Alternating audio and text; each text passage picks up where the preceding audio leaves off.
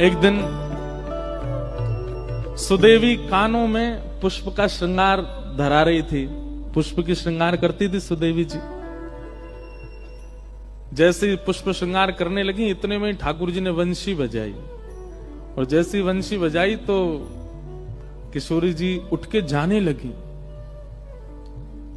तो सुदेवी जी बोली, हे श्यामाजू, अभी श्रृंगार पूरा भयो नहीं, आप कहां जा रही हो?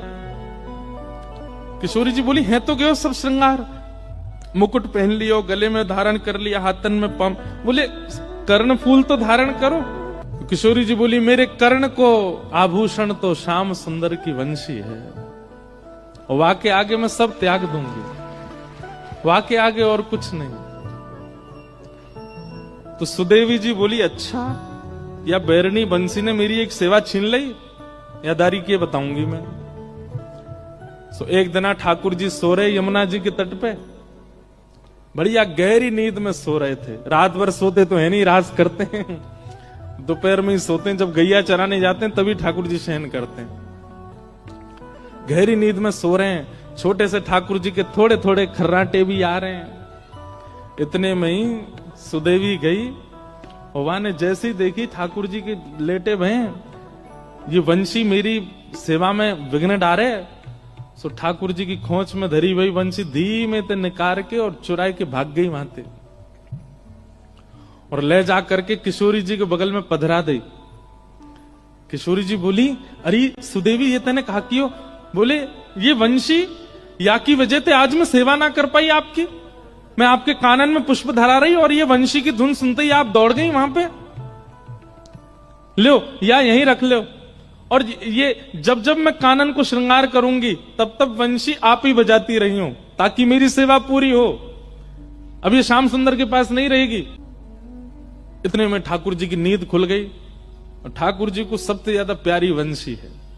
उठते ही ठाकुर जी ने, सब देखो मेरी बंसी कहां गई, ढूंढने लगे, नहीं मिली। तो ठाकुर जी को तो पता है कि कोई भी चीज मेरी चुरावे की, मैं सबसे बड़ा चोर, मेरी वस्तु चुरावे की सामर्थ्य केवल और केवल ये अष्ट सखीन में, और कोई में नहीं है। तो ठाकुर जी कहीं जाते भी नहीं है और कहीं ढूंढने, सीधे वहीं पहुंचते हैं कुंज में। किशोरी जी बैठी हैं, सुदेवी जी सुंदर श्रृंगार कर रही हैं, ललता विशाखा पंखा जल रही है, आदि आदि सेवा चल रही है। इतने में ठाकुर जी गए, हाथ आग करके बोले, दे दो। नाम नहीं बोला सामग्री का, केवल हाथ आग कह रहे, दे दो। इतने में सुदेवी बोली, हम पे ना आए।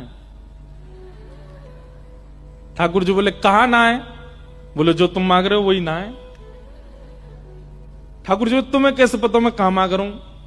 बोले, हमें ना पता तुम कहां मांग रहे हो, पर जो भी मांग रहे हो वो हम पे ना आए।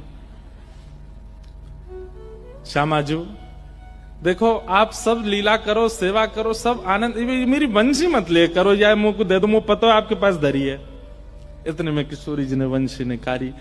सुदेवी जी बोली, शी जी, आप पे भी मान करनो ना आवे, आप पे भी नेक नेक देर खिलानो ना आवे, नेक में कछु सामग्री लाओ, नेक में दे दें, प्रस्तुत कर दें। नेक भी इन्हें डरा के तो रखा करो, नेक नहीं तो सिर पर चढ़ जाएंगे जी हमारे।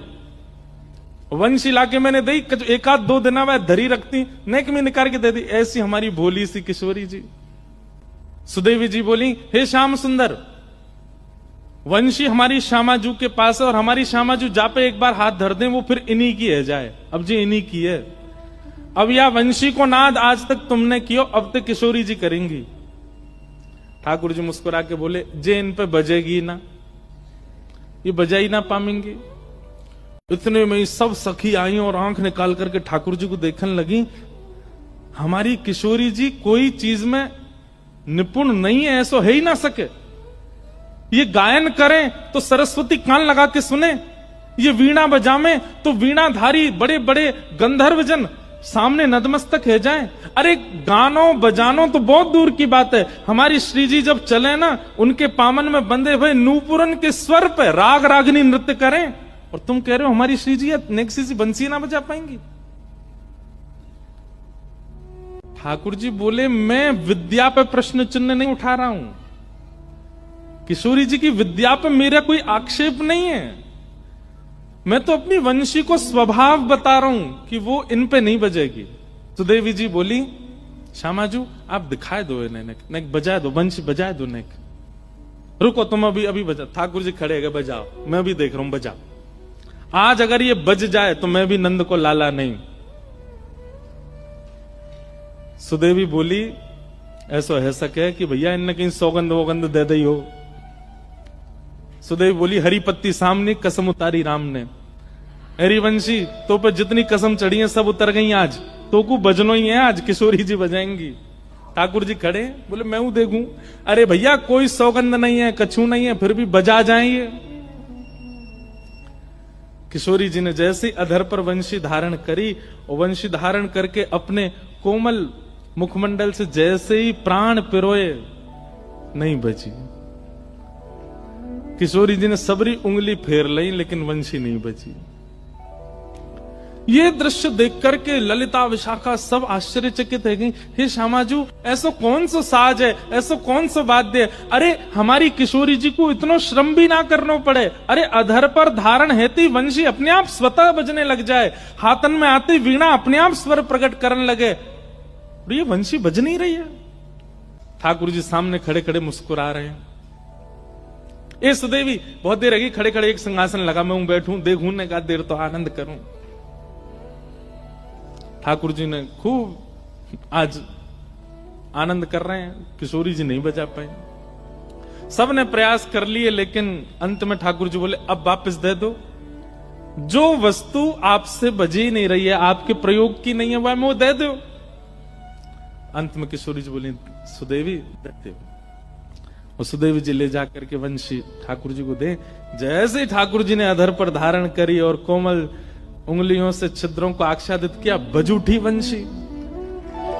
आज पहली बार ऐसा हुआ कि वंशी नाद सुन करके गोपियों को, इन सखियों को आनंद नहीं, क्रोध आ रहा है। और ललिता विशाखा बोली, पकड़ लो, छीन लो या बांसुरी को, और लेकर के अपने पामन ते तोड़ दो, चूर चूर कर दो, जमुना जी में बहा दो। अरे अरे बैरणी, अरे तू भी कृष्ण की तरह छली कपटी है गई है। किशोरी जी की सेवा में आई तो बज नहीं रही है, और वहां जाके बजन लगी। ठाकुर जी ने हृदय से लगा लियो, मेरी वंशी को दोष मत दो। तो किशोरी जी के हाथ में क्यों नहीं बजी? ठाकुर जी बोले, ये स्वर से नाए बजे, ये फूंक से नाए बजे, ये तो भाव से बजे। और मेरी वंशी जो है ना, वो अनन्य भक्त है। कौन है? जोर से बोलो, कौन है? अनन्य भक्त। अनन्य भक्त मतलब न अन्य इति अनन्य, जो एक का होकर के सदा एक का ही रहे, उसको अनन्य कहते हैं। और मेरी वंशी अनन्य है। हे श्यामाजू, आप जब वंशी धारण करके बजा रही तो मन में कहा विचार कर रही? बोले मैं तो आपको विचार कर रही। बोले वही तो बात है। और मेरी वंशी मेरी सेविका नहीं, वो तो आपकी आराधना करे, वो तो आपकी सेविका है। जब तक आपका भाव बजाने वाले के चित्त में नहीं आएगा, आपका विरह बजाने वाले के चित्त में नहीं आएगा, आपके प्रति प्रेम बजाने वाले के चित्त में नहीं आएगा, तब तक नहीं बजेगी। आपको अपनो ही ध्यान करना पड़ेगा, तब वंशी बजेगी, ऐसे नहीं बजेगी। मेरी वंशी अनन्या है। या हमारी ये मुंह से ही बजे, क्योंकि मैं आपको ध्यान करूं, मैं आपको चिंतन करूं, और आप मेरो चिंतन कर रही हो। मेरो चिंतन करोगे कैसे बजेगी? समझ में आई बात?